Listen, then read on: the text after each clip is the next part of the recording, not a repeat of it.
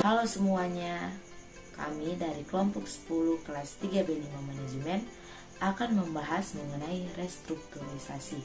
Tetapi sebelum itu, saya akan memperkenalkan anggota kelompok kami.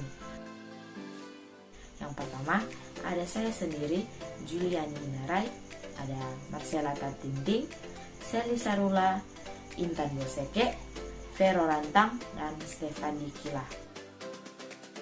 Nah, selanjutnya kami akan menjelaskan mengenai restrukturisasi.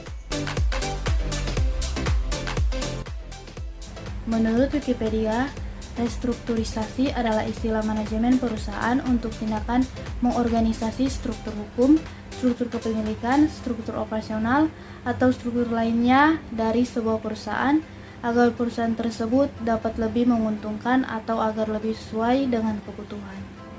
Menurut Bramantyo 2004, restrukturisasi merupakan salah satu strategi untuk memperbaiki dan memaksimalkan kinerja perusahaan. Dalam melakukan kegiatan usaha di Indonesia, perseroan terbatas atau PT merupakan jenis perusahaan yang paling banyak melakukan pengembangan usahanya dalam berbagai bentuk. Bentuk restrukturisasi yaitu 1. Merger, yaitu penggabungan dua perusahaan menjadi satu. 2. Akuisisi, yaitu pengambil alihan sebuah perusahaan dengan membeli saham atau aset. 3. Takeover, yaitu pemberian kredit kepada debitur. 4. Divestasi, yaitu pengurangan beberapa jenis aset. 5. Likuidasi, yaitu penjualan aktiva non-cash. 6. Leverage buyout.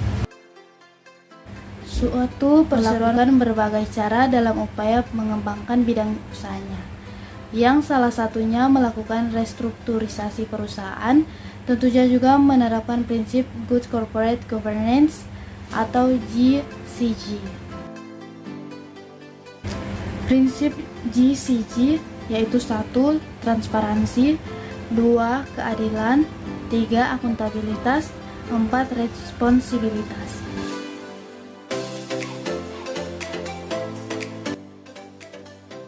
PT Merpati Nusantara Airlines sebagai badan usaha milik negara atau BUMN merupakan salah satu perusahaan penerbangan yang diberikan kepercayaan oleh pemerintah sebagai perusahaan penerbangan yang melayani jalur-jalur perintis di tanah air.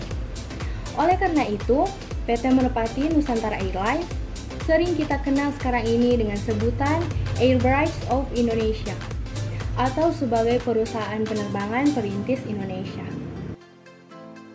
PT Merpati Nusantara Airlines diberhentikan sejak Februari 2014 karena beberapa faktor, namun faktor utama adalah karena terlilit utang yang sangat besar. Atas masalah tersebut, perusahaan telah merumahkan sebanyak 1.500 tenaga kerja dan izin terbang privatisasi maskapai telah dicabut.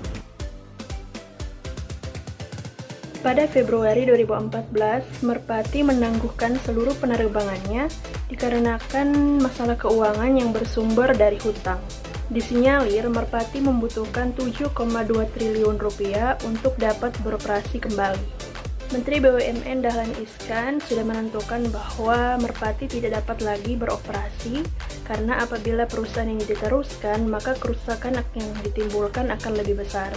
Meskipun begitu, walaupun dililit hutang yang sangat banyak, dalam hal on-time performance atau penerbangan tepat waktu, Merpati tetap mengungguli AirAsia.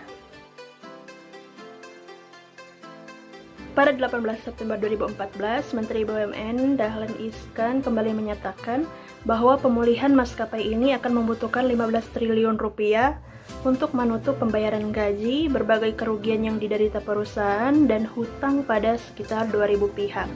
Dahlan Iskan juga menyatakan bahwa rencana untuk menghidupkan kembali maskapai ini sudah menemui jalan buntu karena restrukturisasi aset dan rencana penjualan tidak menguntungkan lagi.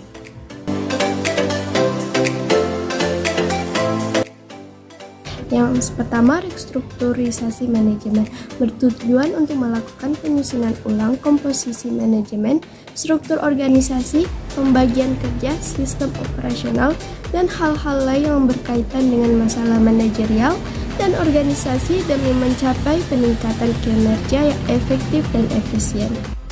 Peranan-peranan yang ada di setiap divisi pada struktur organisasi PT MNA harus lebih jelas seperti HRM Division seharusnya tidak perlu dimasukkan ke dalam Direktur Finansial. Demikian juga halnya dengan General Admin Division atau PT MNA harus menstrukturisasi semua divisi yang mengikuti perkembangan. Yang kedua, restrukturisasi portofolio aset. PT Merpati Nusantara Airlines aset terbesar 1,21 triliun dan liabilitas sebesar 10,27 triliun. Perbandingan 1:10 ini membuat PT MNA menjadi pilot karena aset-asetnya seperti tanah, bangunan, serta pesawat harus dijaminkan atau dijual untuk membayar liabilitas yang telah besar tersebut. Di dalam restrukturisasi portofolio aset, ada beberapa hal yang perlu dilakukan. Yang pertama, penutupan rute-rute yang merugikan. Yang kedua, mengalihkan pada penambahan jam terbang terhadap rute yang banyak diminati penumpang. Yang ketiga, mengurangi penyewaan pesawat yang akan menimbulkan utang yang semakin besar. Yang keempat, menambah jumlah pesawat dengan cara melakukan merger usaha atau joint venture kepada pihak maskapai penerbangan lain. Restrukturisasi modal atau keuangan. Restrukturisasi modal atau keuangan adalah penyusunan ulang komposisi modal perusahaan supaya kinerja keuangan menjadi lebih sehat.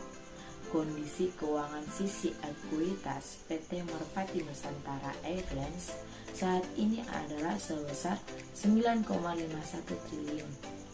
Ekuitas yang cukup besar ini seharusnya adalah dana segar bagi perusahaan untuk memperluas bisnisnya. Tetapi karena liabilitas atau utang yang sangat besar, maka perusahaan tidak bisa mengembangkan bisnisnya. Pemerintah telah memberikan suntikan dana sebesar 400 miliar kepada PT MNA. PT MNA harus merestrukturisasi kinerja keuangannya dengan konsep low cost seperti mayoritas maskapai penerbangan lainnya.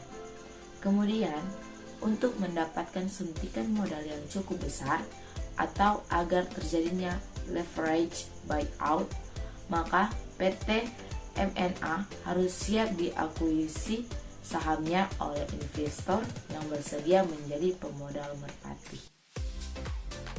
Secara umum, konsep restrukturisasi terhadap keuangan atau modal yang harus dilakukan PT MNA. Yang pertama, menghapus bunga, denda, provisi, konversi saham atas utang pokok. Yang kedua, pembayaran utang secara tunai dengan waktu tenggang dan dicicil dengan waktu tertentu.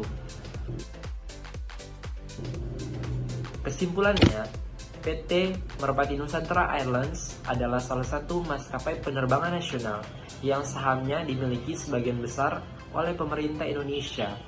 Faktor-faktor yang mempengaruhi kerugian besar ini adalah kurang cermat dalam merencanakan jumlah pesawat yang siap beroperasi atau online, dan kebutuhan suku cadang dan mesin, pengelolaan Merpati yang tidak efektif dan efisien karena perencanaan bisnis atau bisnis plan yang tidak memadai, manajemen operasional yang buruk, serta pemeliharaan dan pengadaan armada yang tidak tepat guna. Dampaknya adalah perusahaan pada akhirnya melakukan likuidasi aset untuk membayar semua utang-utangnya. Sebelum mengakhiri, izinkan saya mengucapkan satu pantun. Siang-siang pergi ke kota, jangan lupa beli alpukat. Demikian presentasi kita, semoga bermanfaat. Sekian dan terima kasih.